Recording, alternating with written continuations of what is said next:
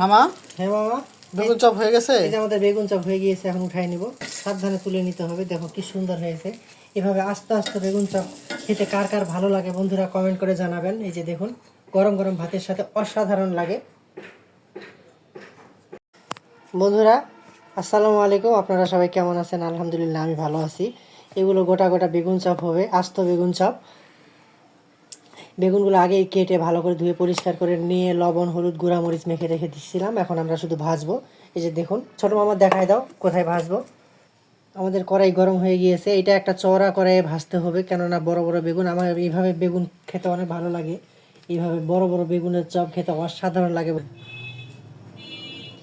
বন্ধুরা। এখন আমরা বেগুনগুলো খুব সাবধানে আস্তে আস্তে এইভাবে ছেড়ে দিব। আপনারা একবার কীভাবে ট্রাই করবেন দেখবেন, অসাধারণ লাগে।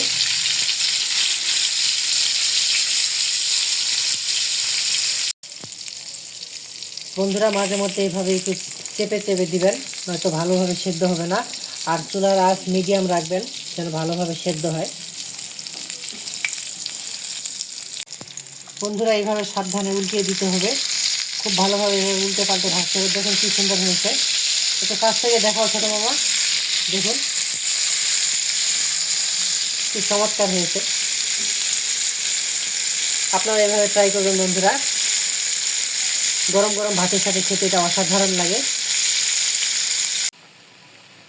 দেখুন বন্ধুরা আমাদের বেগুন চপ প্রায় হয়ে গিয়েছে। তারপর আমরা উল্টে পাল্টে আবারও ভেজে নিব, নয়তো ভালোভাবে সেদ্ধ হবে না। আর একবার বেগুন বসিয়ে দিয়ে আপনারা 1 ঘন্টা চুপচাপ থাকবেন না, এইভাবে মাঝে মধ্যে উল্টে পাল্টে দিবেন, নয়তো সেদ্ধ হবে না।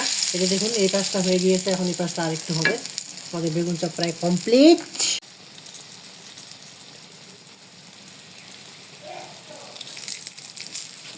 মামা হ্যাঁ মামা, এগুলা কি? এগুলো হলো আস্ত আস্ত বেগুন চপ, মাঝখানে শুধু ফেলে দিয়েছি। এই যে দেখো কি সুন্দর হয়েছে। এটা খেতেও অনেক ভালো লাগে। আস্ত বেগুন চপ খেতে আমার অনেক পছন্দ। এই যে হয়ে গিয়েছে প্রায়। বন্ধুরা পুরো রেসিপি দেখলে আমাদের পেজে সাথেই থাকুন।